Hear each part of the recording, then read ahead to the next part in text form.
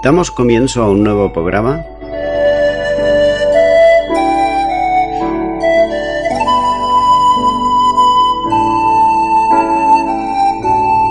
Servidores de Dios. Quien te habla es Manuel Cornejo.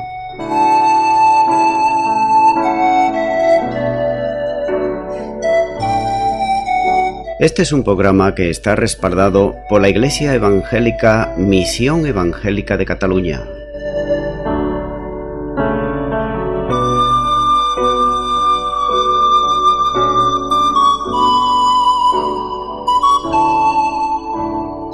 Estamos situados en la ciudad de Sabadell, en la avenida Matadepera número 239.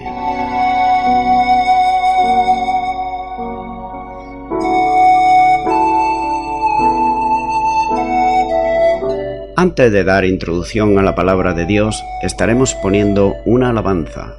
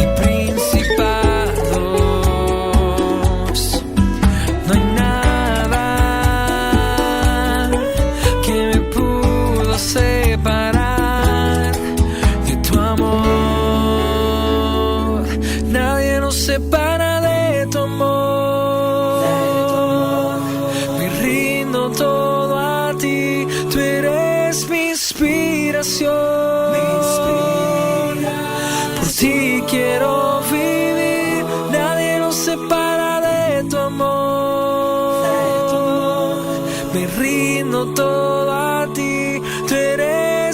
inspiración. Por ti quiero vivir.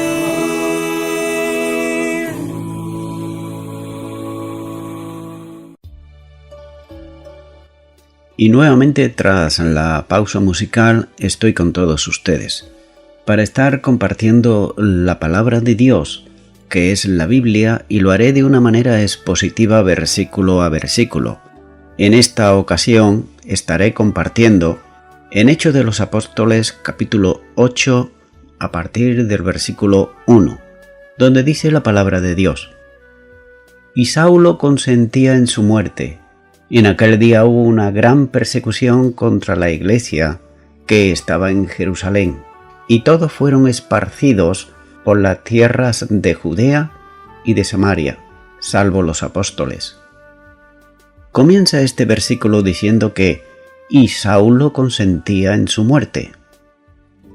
En la división de los dos capítulos, mejor sería considerar esta primera frase del versículo como la última del versículo final del capítulo anterior. Hemos de considerar que somos los hombres los que hemos puesto los capítulos y los versículos como actualmente están en la Biblia, pero originalmente no estaban así. Es por eso que este versículo correspondería al capítulo 7. Pero entonces aquí se presenta en este nuevo versículo a Saulo como el perseguidor, y además que consentía, es decir, que literalmente aprobaba la muerte de Esteban. Y notamos algo muy curioso, y es que Saulo de Tarso, pese a haber sido discípulo de Gamaliel, él no compartía los pensamientos de su antiguo maestro Gamaliel, cuando aconsejó al Sanedrín en Hechos capítulo 5 y versículo 38, ya que para él, para Saulo, la única manera de servir a Dios consistía en eliminar a los cristianos e impedir que su mensaje, es decir, el Evangelio de la Gracia, fuese predicado.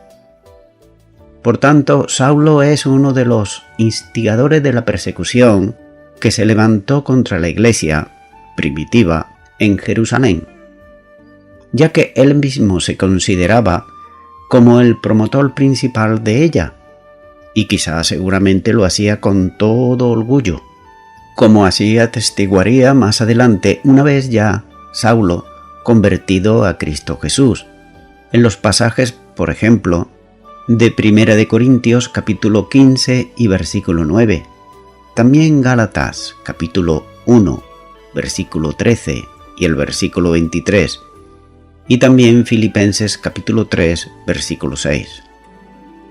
Pero para Pablo, esto era algo que él hizo en un tiempo pasado, pero era algo que no podía sacarse de encima durante toda su vida, como aparece testificando en estos pasajes que he mencionado, y otro de las epístolas que él también escribió.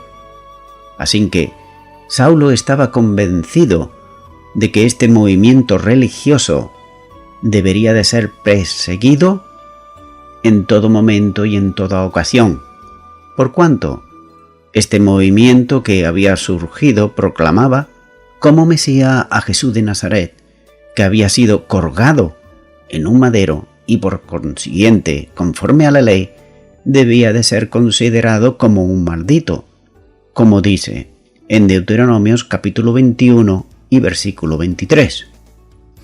Pero también hay que considerar que este versículo que acabo de mencionar era para aquellos que eran delincuentes, es decir, que habían sido probados robando, matando o haciendo cualquier cosa en contra de la ley. Sin embargo, a Jesucristo no pudieron probar absolutamente nada. Por otro lado, siguiendo con Saulo de Tarso, vemos que los datos personales de él se irán considerando más adelante, en capítulos posteriores, cuando se comenten los pasajes en los que él mismo da testimonio de su persona, ya que es posible que este hombre natural de Tarso de Cilicia, como se ha dicho antes, se congregaba en una sinagoga llamada de los griegos, en Jerusalén y que estuviera presente en la confrontación levantada contra las enseñanzas de Esteban. También hay que considerar que no cabe ninguna duda que se presentaba un conflicto insalvable entre el antiguo orden y el cristianismo, ya que si se quería preservar la antigua fe y la forma del antiguo pacto de la ley, el cristianismo, por tanto, no podía permanecer. Es por eso que la identificación de Saulo con la antigua dispensación la expresó él mismo en la forma más directa posible, como la de prestar aprobación a la muerte de Esteban, y no solamente eso, sino también de guardar la ropa de los testigos que estaban apedreando a Esteban, como así lo muestra en Hechos capítulo 7 y versículo 58. También hay que tener en cuenta lo siguiente, y es que en el día de hoy actualmente también existen muchas preguntas en cuanto a Saulo. Por ejemplo, ¿era Saulo un miembro del Sanedrín con voz y voto? La discrepancia entre los eruditos es evidente. Si Saulo consentía en la muerte de Esteban, quiere decir que tenía influencia decisiva para ello. En uno de los testimonios personales, Saulo afirma que además de perseguir a los cristianos y encarcelarlos, también daba su voto, como nos lo muestra en este mismo libro de los Hechos, capítulo 26 y versículo 10, donde dice: lo cual también hice en Jerusalén. Yo encerré en cárceles a muchos de los santos, habiendo recibido poderes de los principales sacerdotes, y cuando los mataron, yo di mi voto. Nótese que él dio su voto. Dar el voto en un juicio, sobre todo si se tiene lugar en el Sanedrín, indicaría claramente que se trataba de un miembro del cuerpo judicial del Israel.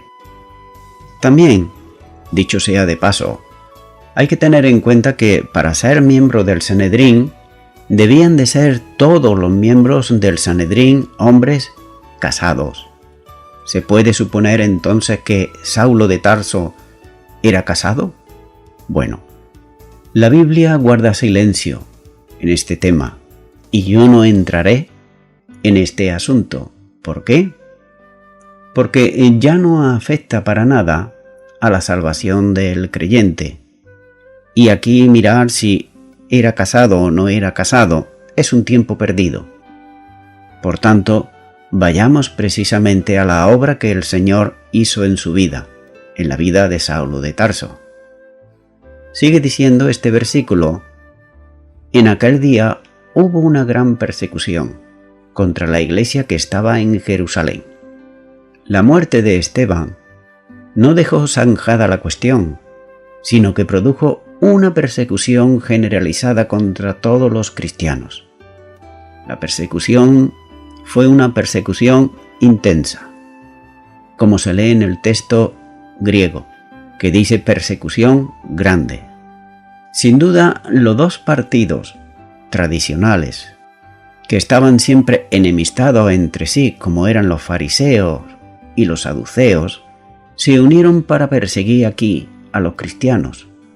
Y hasta es posible que algunos o muchos de los habitantes también de Jerusalén, antes amigos de los creyentes o simpatizantes, luego de haber visto esta persecución, se pusieran en contra y se convirtieran también en perseguidores de la iglesia. Y sigue diciendo este versículo: y todos fueron esparcidos por las tierras de Judea y de Samaria, salvo los apóstoles. Esta expresión debe tomarse en sentido hiperbólico, como alusión a un gran número, que pudiera muy bien estar cercano a casi toda la totalidad de los creyentes. Con todo, la persecución tendría que ser muy intensa y además bien organizada para que los más de 5.000 miembros de la iglesia cristiana fueran echados fuera de la ciudad de Jerusalén. Si quedaron los apóstoles, esto quiere decir que estaban directamente vinculados con ellos, como era el caso, por ejemplo, de María, la madre de Jesús, que estaba con Juan y había quedado allí también. Sin embargo, eso no es un obstáculo para entender que con motivo de la muerte de Esteban se produjo una gran persecución contra los cristianos, que hizo que muchos de ellos tuvieran que salir corriendo de Jerusalén. Tal vez la mejor forma de entender la frase de Lucas aquí, la persecución alcanzó a todos los creyentes, ya que parece ser que un gran número tuvo que salir de la ciudad, pero que otros pudieron quedarse en ella. Posiblemente fueron los cristianos en el entorno griego los que sufrieron una mayor persecución. Téngase en cuenta que Pablo era de los griegos y que el conflicto con Esteban también era de ese grupo de los griegos, así que surgió en las sinagogas de los griegos. Además, los judíos no helenistas, que eran también un núcleo importante en la iglesia de Jerusalén, entre los que estaban los apóstoles, pudieron quedarse en la ciudad, suponiendo que la persecución contra ellos fue más benigna, pudiendo actuar de esta manera más libremente. Lucas destaca aquí que todos los apóstoles quedaron en Jerusalén. Este es otro dato muy sorprendente, porque no fueron perseguidos directamente e inmediatamente los líderes. En este caso, los apóstoles, sino los cristianos en general, sin duda, el Señor tenía aquí un propósito en esto, quedando los apóstoles para alentar y continuar la obra de la Iglesia. Por otro lado, también hay que considerar que, mientras que para la antigua dispensación, la misma dispensación, era señal evidente de juicio divino a causa del pecado, como en el caso de la dispensación a Babilonia, en la nueva dispensación de la Iglesia es elemento para la extensión del Evangelio, esto hay que tenerlo en cuenta, y el cumplimiento de la gran comisión, de llevar el mensaje de la gracia a todas las naciones, ya que posiblemente la Iglesia del Señor en Judea debían su existencia a la persecución que se menciona aquí, como dice en la carta a los tesalonicenses, la primera, capítulo 2 y versículo 14, donde dice: porque vosotros, hermanos, venisteis a ser imitadores de la Iglesia de Dios en Cristo Jesús, que está en Judea, pues habéis padecido de lo de vuestra propia nación las mismas cosas que ellas padecieron de los judíos. Así que notamos que la dispensación que hubo hacia Babilonia queda claro que fue por causa de la idolatría y la desobediencia a Dios. Pero aquí la dispensación que hay es por la persecución que había y tuvieron que huir de Jerusalén. Pero esta dispensación trajo el Evangelio no solamente a Jerusalén, a donde estaba la raíz, sino también a toda Judea. Continúo con el versículo 2, donde nos dice la palabra de Dios: y hombres piadosos llevaron a enterrar a Esteban e hicieron gran llanto sobre él. Esteban había quedado tendido en tierra después de su ejecución. De ese lugar fue levantado, como nos dice aquí la palabra, por hombres piadosos, que le dieron sepultura. El término hombres piadosos permite aplicarlo a cristianos o también a judíos que no se habían incorporado todavía a la Iglesia de Cristo, pero que seguramente conocían bien a Esteban y que, sin duda, rechazaban la acción del Sanedrín y sobre todo la ejecución de Esteban por esas acusaciones falsas, ya que es posible que estos piadosos fuesen judío-helenitas, de tendencia moderada y tal vez amigos de Esteban. Nótese, por otro lado, que el que había seguido a Cristo moría orando como el Señor. Esteban tuvo un entierro semejante al de Jesús, que también fue llevado a cabo por judíos amigos suyos o seguidores en oculto de él, como nos muestra en Juan capítulo 19, versículo 38 y 39. Y vamos a ver esos seguidores, donde nos dice la palabra de Dios. Después de todo esto, José de Arimatea, que era discípulo de Jesús, pero secretamente por miedo de los judíos, rogó a Pilato que le permitiese llevarse el cuerpo de Jesús, y Pilato se lo concedió. Entonces vino y se llevó el cuerpo de Jesús. También Nicodemo, el que antes había visitado a Jesús de noche, vino trayendo un compuesto de mirra y de aloes como 100 libras. Volviendo al versículo que nos ocupa, si se trata de creyentes de la Iglesia, significa que la persecución contra la Iglesia tuvo lugar poco después, por lo que éstos pudieron enterrar a Esteban. Esto mismo es una evidencia de que los varones piadosos eran judíos, a quienes no alcanzaban la persecución desencadenada contra los cristianos, ya que el entierro de Esteban tenía que hacerse en el mismo día de la muerte, conforme a la tradición, para que el cadáver no contaminase a la tierra. También hemos de notar algo muy importante, como dice, e hicieron gran llanto sobre él. Según el Talmud, en las instrucciones sobre el juicio para el Sanedrín, prohibía que se hiciese duelo por quien era condenado a muerte por lapidación. Esto nos muestra que, como prueba que la ejecución de Esteban no tenía la sentencia del Sanedrín, así que vemos que fue una ejecución al margen de la ley, por lo que quienes hicieron duelo no incurrían en el quebrantamiento de las costumbres establecidas. La palabra traducida por duelo es una voz tardía, derivada del verbo golpear, y usada como golpearse el pecho. El sentido de contrición o profunda tristeza. Generalmente, los entierros judíos iban acompañados de expresiones externas de llanto, lamentos, etc. Por lo que cabe pensar que los que enterraron a Esteban tal vez no fuesen cristianos, por el gran lamento que había como propia del entierro judío, pero no así de los cristianos, que no lamentaban de ese modo tan expresivo la muerte de un hermano, con el consuelo de saber que Esteban dormía en el Señor. Pero también hay que considerar que esto no supone en modo alguno que en el entierro cristiano no haya manifestaciones visibles también de tristeza propia de la separación.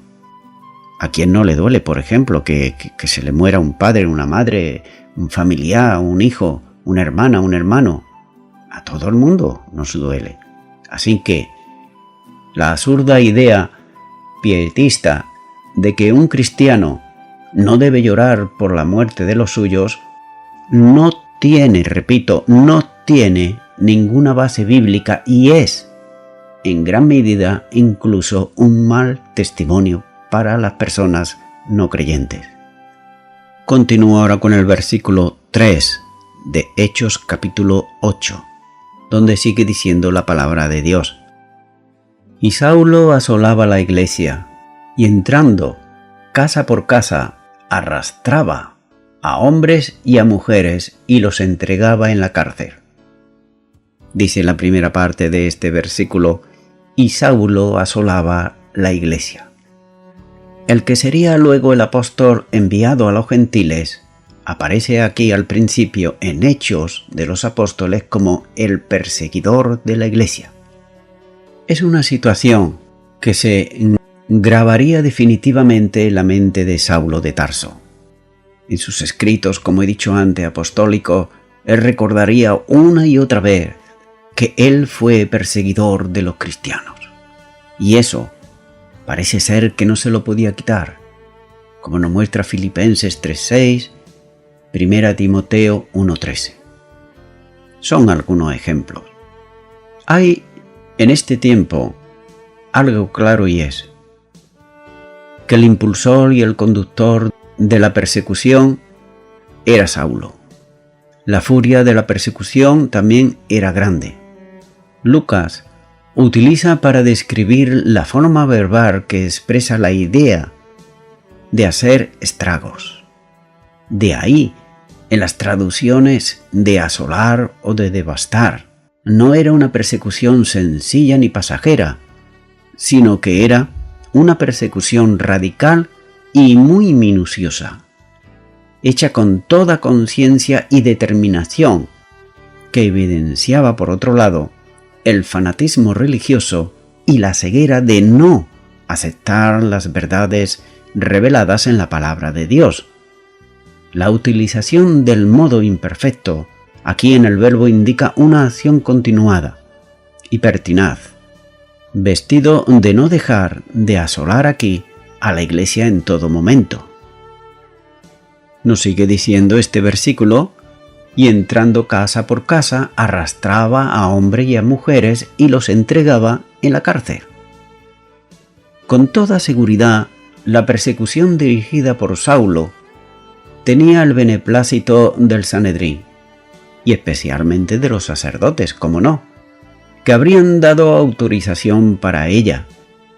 Y no solamente eso, sino que seguramente le proveerían de una guardia para llevarla a cabo.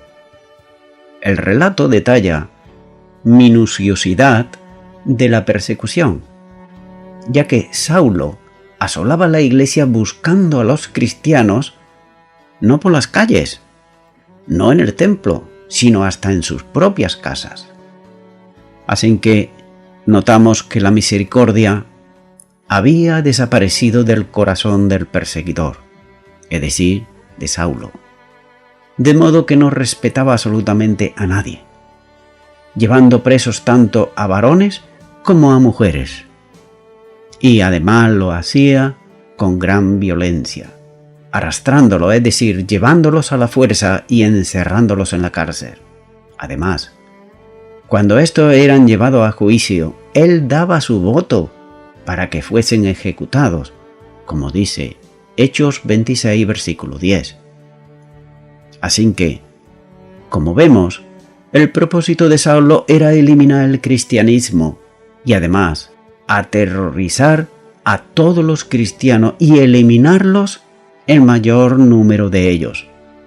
Es evidente que los fariseos estaban empeñados en la persecución, que al principio había sido promovida por los saduceos. Y Saulo, como fariseo radical, era un fanático de las tradiciones religiosas que había recibido de sus mayores. Por tanto, entendía que el cristianismo era un peligro para ellas y luchaba, no por la verdad, sino por el mantenimiento de la religión tal y como él la había recibido de sus mayores. Pero ¿sabes una cosa? Esta situación persiste en el tiempo, y cómo no, también en el día de hoy. Y se manifiesta de distintas expresiones. Por ejemplo, cuando alguien se aferra al sistema religioso que fue enseñado por sus mayores sin tener en cuenta la libertad en Cristo, en interés por mantener las tradiciones recibidas, que le llevarán a una radicalización que se opondrá de forma más fuerte y posible para defender lo que ellos consideran su verdad, pero no la verdad bíblica, sino la verdad de sus tradiciones. Esto, en el día de hoy, también está generando actualmente grave daño entre las iglesias, que se consideran a sí mismos como las conservadoras, es decir, las que tienen la auténtica doctrina, ya que una cosa es ser conservador en doctrina, y esto es vital y es importante, porque la doctrina bíblica no es negociable absolutamente para nada. Y otra cosa muy distinta y peligrosa y dañina y malsana es ser conservador de las tradiciones, de las formas, de las normas, de las leyes y del sistema que contriñen la gracia de Dios y también a su pueblo y ahogan a este mismo pueblo de Dios. Continúo ahora con Hechos capítulo 8 versículo 4. Los versículos del 4 al 8 nos va a estar hablando del ministerio de Felipe, pero empezaremos con el versículo 4, donde nos dice: pero los que fueron esparcidos iban por todas las partes anunciando el evangelio. Notamos que los que fueron esparcidos por la persecución se ocupaban de predicar el evangelio por donde iban. La persecución no terminó con la evangelización, sino que la persecución potenció la evangelización, ya que los cristianos esparcidos se convirtieron cada uno en un evangelista por los lugares por donde ellos iban pasando, precisamente por ser perseguidos. Por tanto, había un verdadero sentido de testimonio y de compromiso con el mensaje de las buenas nuevas de salvación, ya que la proclamación del Evangelio era una tarea cotidiana, es decir, de cada día, y asumida por aquellos que estaban siendo perseguidos. Estos no tenían un lugar estable para residir, sino que eran itinerantes, yendo de un lado hacia el otro. Algunos iban a llegar a sitios tan distantes como Chipre, como Fenicia, como Antioquía. Aunque no todos tenían el don de evangelista, pero sí todos predicaban a Cristo y habían tenido una experiencia con Jesucristo. Por tanto, no hay que ignorar, por otro lado, las maquinaciones también de Satanás, que pretendía apagar con la persecución la luz del Evangelio, pero en lugar de ello, la evangelización alcanzó lugares distantes y el mensaje se extendió no solamente en Jerusalén, en Judea, sino por todo el mundo, como veremos más adelante. Por otro lado, es interesante notar que el mensaje del Evangelio está íntimamente ligado a la palabra con mayúscula. Quiere decir esto que el Evangelio que llevaban los cristianos era un Evangelio bíblico y que descansaba precisamente en la palabra de Dios, nunca jamás en las tradiciones ni los ritos. El apóstol Pablo le llama a la palabra de la cruz, 1 Corintios capítulo 1 y versículo 18.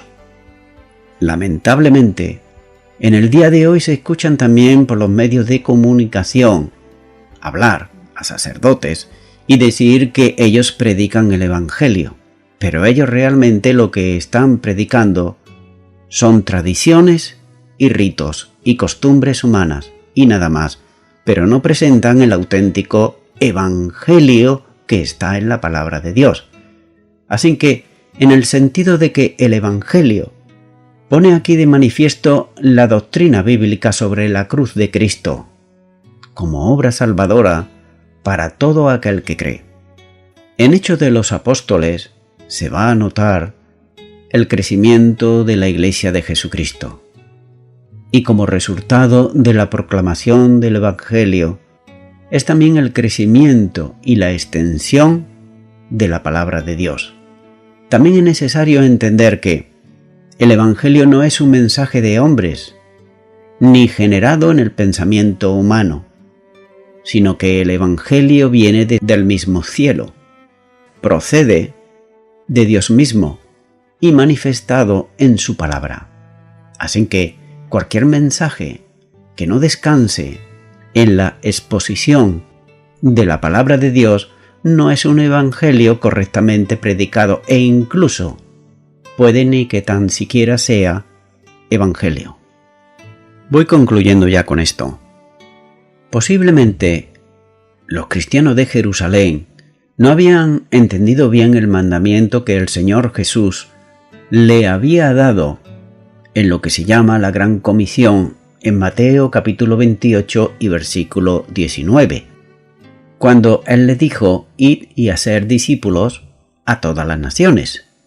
O tal vez no sintieron la necesidad de extenderse tan rápidamente, ya que estaban muy ocupados en la labor del crecimiento en Jerusalén, y quizás olvidándose por otro lado de las necesidades de llevar el Evangelio fuera de esa área que era Jerusalén.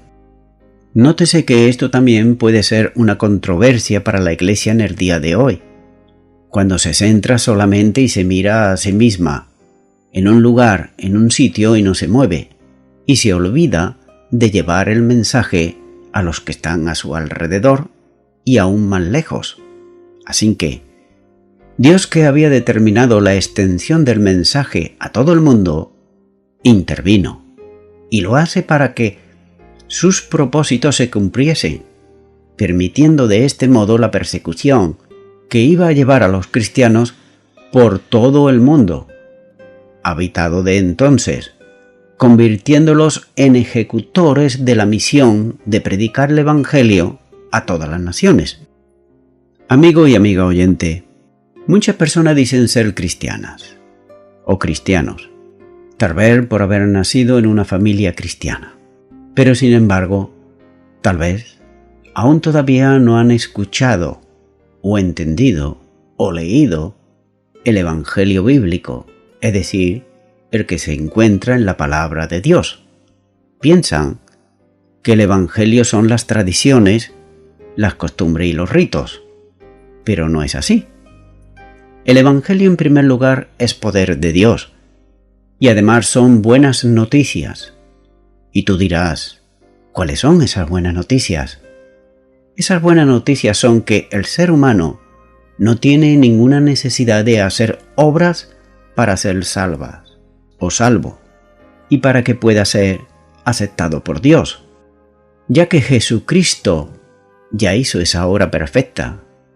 Así que toda obra que pueda hacer el hombre o la mujer para agradar a Dios, ser salvo, para Dios es como trapo de inmundicia, ya que Jesucristo, con su obra perfecta en la cruz del Calvario, es Él, dando su propia vida, el que redime al hombre de su culpa y lo hace acepto delante de Dios.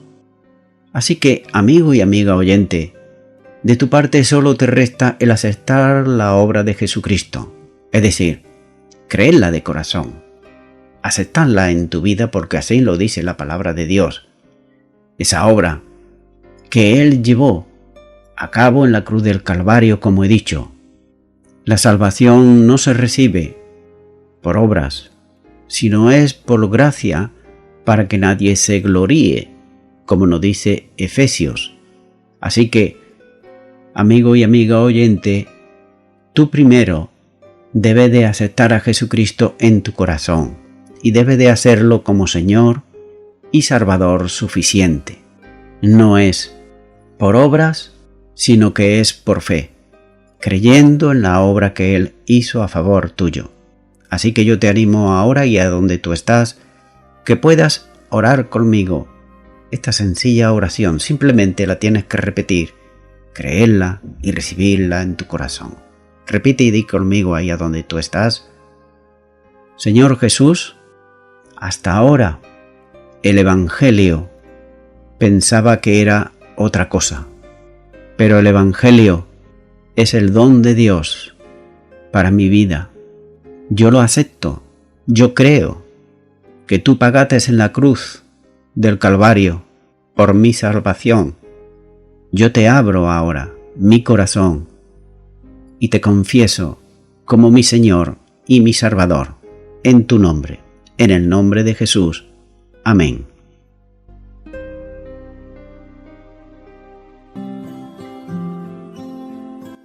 Amigo y amiga oyente, si tú has hecho esta oración de todo tu corazón, te recomiendo que comiences en primer lugar a orar a Dios en el nombre de Jesucristo. Orar a Dios no es rezar, sino que es hablar con una persona. También te recomiendo que leas la palabra de Dios.